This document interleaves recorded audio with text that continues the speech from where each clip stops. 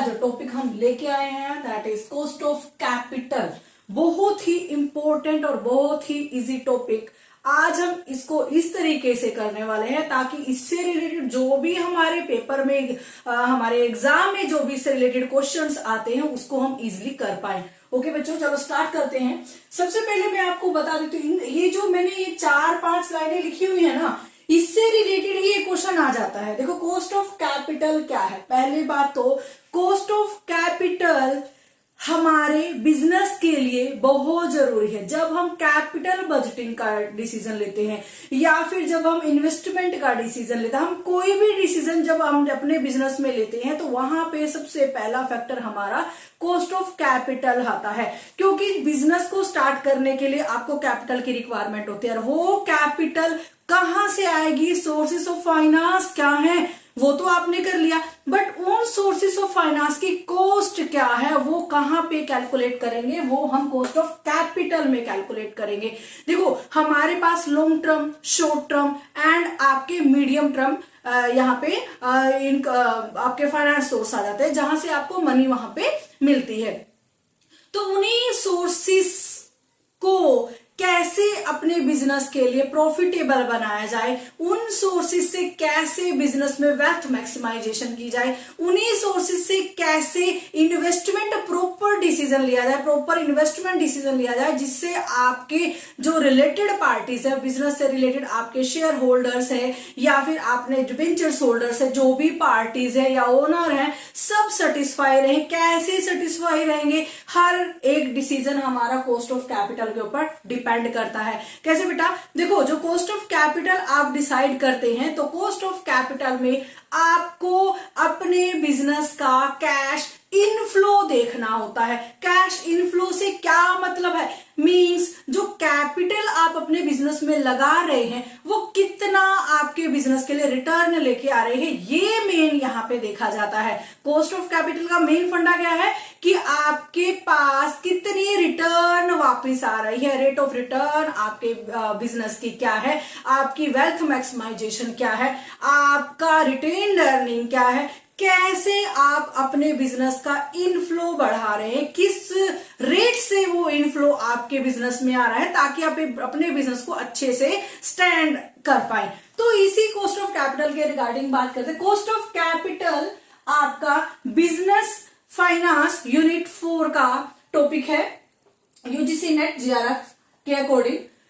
Cost of capital के other names क्या है, देखो कॉस्ट ऑफ कैपिटल को रिक्वायर्ड रेट ऑफ रिटर्न भी बोला जाता है। अभी मैंने बोला आपको कि जब आप बिजनेस में अपनी कैपिटल को लगाते हैं, मनी को लगाते हैं, तो आपको कितना उससे रिटर्न चाहिए, that is required rate of return, target rate of return, minimum rate of return. अब मिनिमम रेट ऑफ रिटर्न क्या हुआ, मान लीजिए अगर मैंने बाहर से डिबेंचर होल्डर से मनी कलेक्ट करी है, कैपिटल उनसे मैंने बोरो करी है, तो उनको मैं कितनी पर्टिकुलर परसेंटेज से उनको मैं रिटर्न देने वाली हूँ, कितना इंटरेस्ट मैं डिबेंचर होल्डर्स को देने वाली हूँ। डिबेंचर होल्डर्स को मान लीजिए मैंने 10 लाख की कैपिटल ली है एंड 10 लाख का फंडिंग उनसे कराया है, उसके ऊपर मैं 10% उनको डिबेंचर होल्डर्स को वहां पे रिटर्न दे रही हूँ। तो जब मेरे बिजनेस की मैक्सिमम रिटर्न आए, मीन्स जब मेरे बिजनेस के प्रॉफिट आए, तो उसमें से इजीली मैं 10% डिबेंचर होल्डर्स के लिए निकाल पाऊं, ये भी मुझे यहाँ पे देखना पड़ेगा। और ये मुझे कौन बताएगा, मेरा कॉस्ट ऑफ कैपिटल यहाँ पे मुझे कैलकुलेट करने में हेल्प करेगा।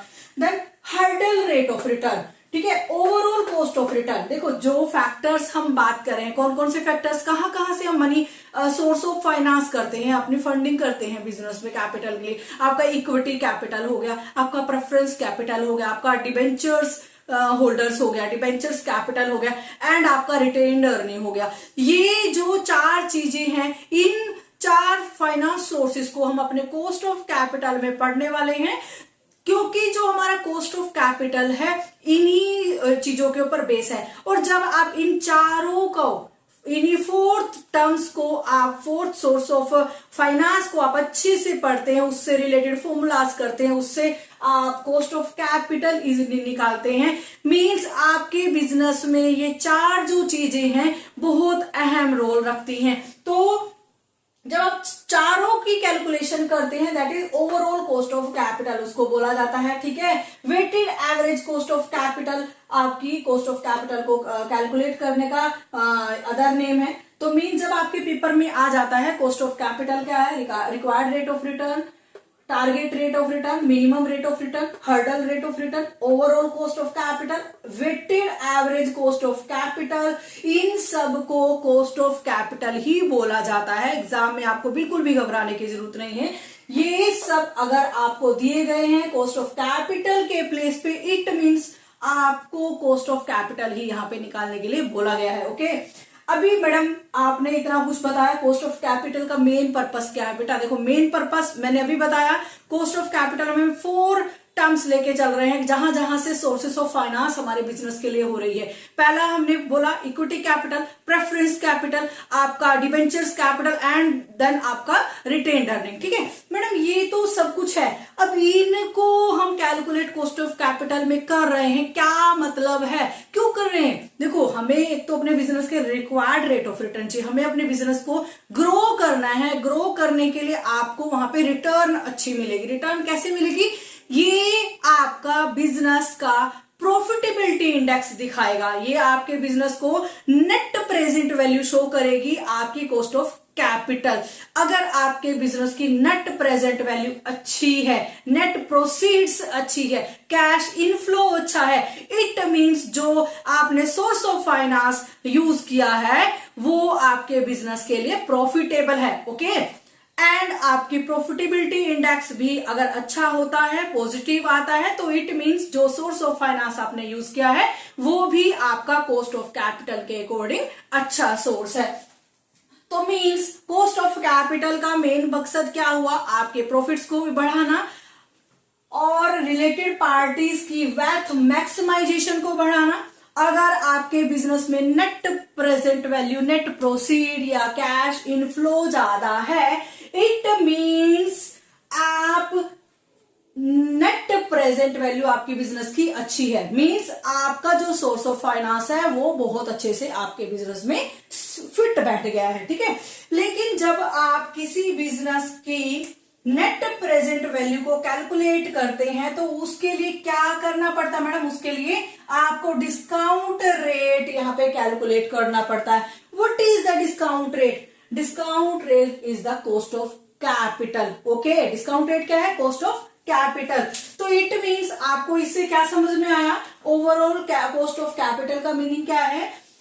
एक एक्सपेक्टेड रेट ऑफ रिटर्न, एक रिक्वायर्ड रेट ऑफ रिटर्न, जो आपके बिजनेस को सेटल डाउन करने के लिए आपकी जो जिम्मेवारी है, जो रिस्पॉन्सिबिलिटीज हैं, जो आपको अदर पार्टीज को पे आउट करना है, जो बोरो किया है उसकी फंडिंग देनी है, अगर आपको अपने शेयर होल्डर्स को वहां पे डिविडेंड प्रोवाइड कराना है या रिक्वायर्ड रेट से आपको डिबेंचर्स होल्डर्स को वहां पे इंटरेस्ट प्रोवाइड करना, सब कुछ निपटाने के बाद जब आता है वो आपके बिजनेस का प्रॉफिट होता है, ठीक है। वो प्रॉफिट होता है तो आप वो प्रॉफिट कैसे पता चला आपको? डिस्काउंट रेट की हेल्प से कैलकुलेट करने के बाद आपको यहाँ पे पता चलता है।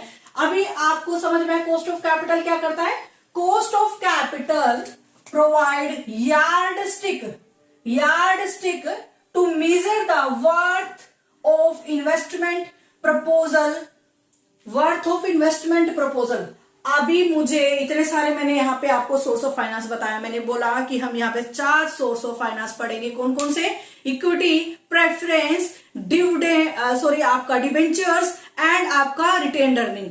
जो सोर्स ऑफ फाइनेंस मैंने लिए हैं, अब मुझे पहले उनके बारे में थोड़ा स्टडी करना पड़ेगा। स्टडी करते हुए क्या देखना पड़ेगा कि जो सोर्स ऑफ फाइनेंस मैं यूज कर रही हूं इनके लिए मुझे क्या पे आउट करना पड़ेगा, कितनी इसकी मुझे कॉस्ट देनी पड़ेगी। अगर मैं प्रेफरेंस शेयर होल्डर से पैसा उठाती हूँ तो मुझे उसको कितना पे करना पड़ेगा, इक्विटी शेयर होल्डर से लेती हूँ तो उसको कितना डिविडेंड मुझे देना पड़ेगा, डिबेंचर होल्डर से मैं लेती हूँ तो डिबेंचर्स को मुझे कितना इंटरेस्ट पे करना पड़ेगा, एंड अगर मैं रिटेन्ड अर्निंग को यूज करती हूँ तो मैं कौन सी अपॉर्चुनिटी कॉस्ट को यहाँ पे मिस कर रही हूँ। तो ये सब चीजें ध्यान में रखकर ही मुझे क्या कॉस्ट ऑफ कैपिटल को यहाँ पे निकालना है। तो it means cost of capital आपका एक मेथड है, एक यार्ड स्टिक है आपके इन्वेस्टमेंट प्रपोजल को इन्वेस्टिगेट करने का, आपके इन्वेस्टमेंट प्रपोजल को इवेलुएट करने का कि जो इन्वेस्टमेंट आप अपने बिजनेस में लगा रहे हैं क्या वो आपके बिजनेस के लिए सही है या नहीं है,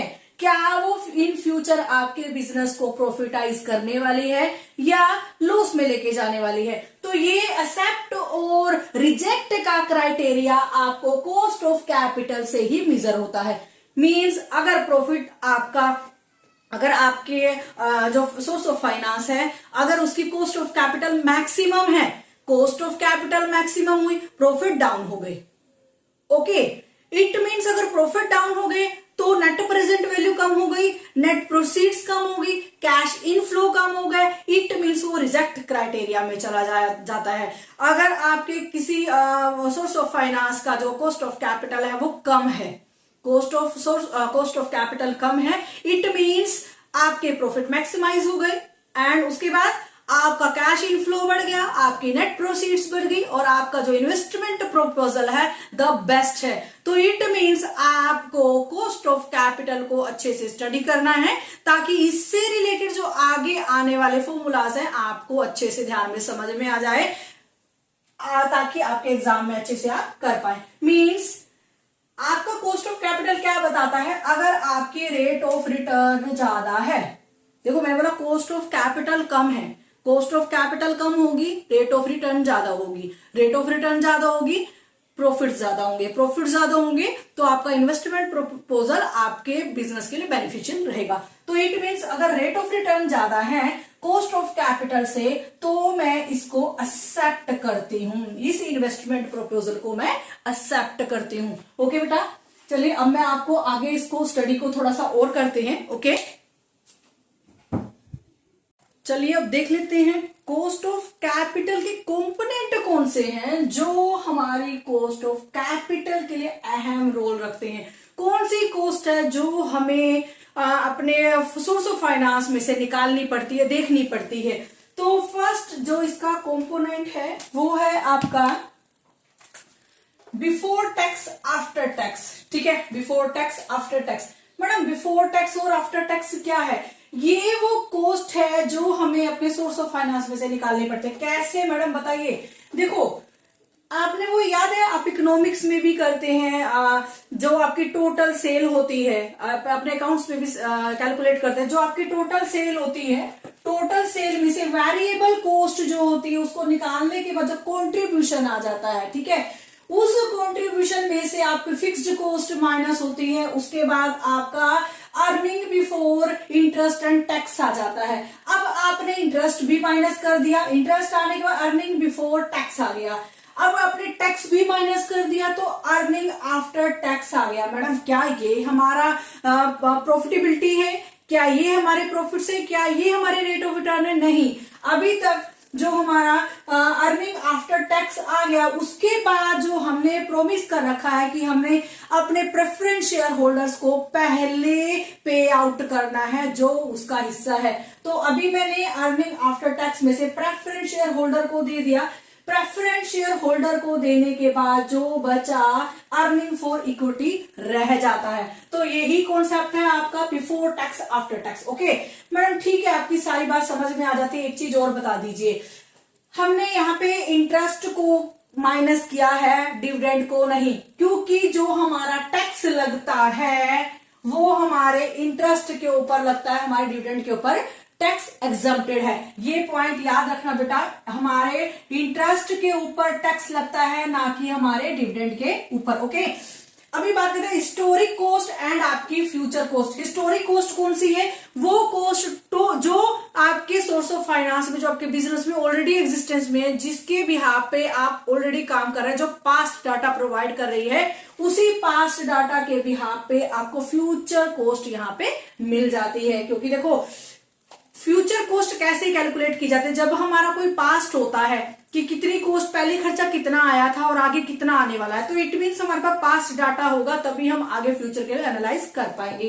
फिर है average cost, marginal cost and आपकी floating cost. Madam average cost कौन सी होती है? देखो वेटेड ओवरऑल, जो आपकी weighted average cost of capital होती है, जो ओवरऑल कॉस्ट होती है, उसको आपने यहाँ पे एवरेज कॉस्ट बोला है। मार्जिनल कॉस्ट कौन सी? मार्जिनल कॉस्ट वो कॉस्ट होती है जब आप एक्स्ट्रा फंडिंग, मीन्स आपने अपने बिजनेस में सोर्स ऑफ फाइनेंस चला हुआ है, अच्छा आपने सोर्स यहाँ पे लगाया हुआ है, बट आपको एडिशनल फंडिंग चाहिए, एडिशनल सोर्स चाहिए, नए के साथ साथ साथ में थोड़ा सा और चाहिए, एक्स्ट्रा चाहिए, तो उसके लिए जो कॉस्ट निकालनी होती है वो मार्जिनल कॉस्ट होती है। फ्लोटिंग कॉस्ट कौन सी होती है? फ्लोटिंग कॉस्ट एक्चुअल में जो न्यू फंडिंग आप लगाते हैं बिजनेस में, जो सोर्स ऑफ न्यू फंडिंग आप लगाते हैं, सोर्स ऑफ फाइनेंस, उसके ऊपर कैलकुलेट होने वाली कॉस्ट को फ्लोटिंग कॉस्ट बोलते हैं। देन आपकी explicit cost and implicit cost, बेटा ध्यान से समझ लेना, क्योंकि ये जो दोनों कॉस्ट है हमारे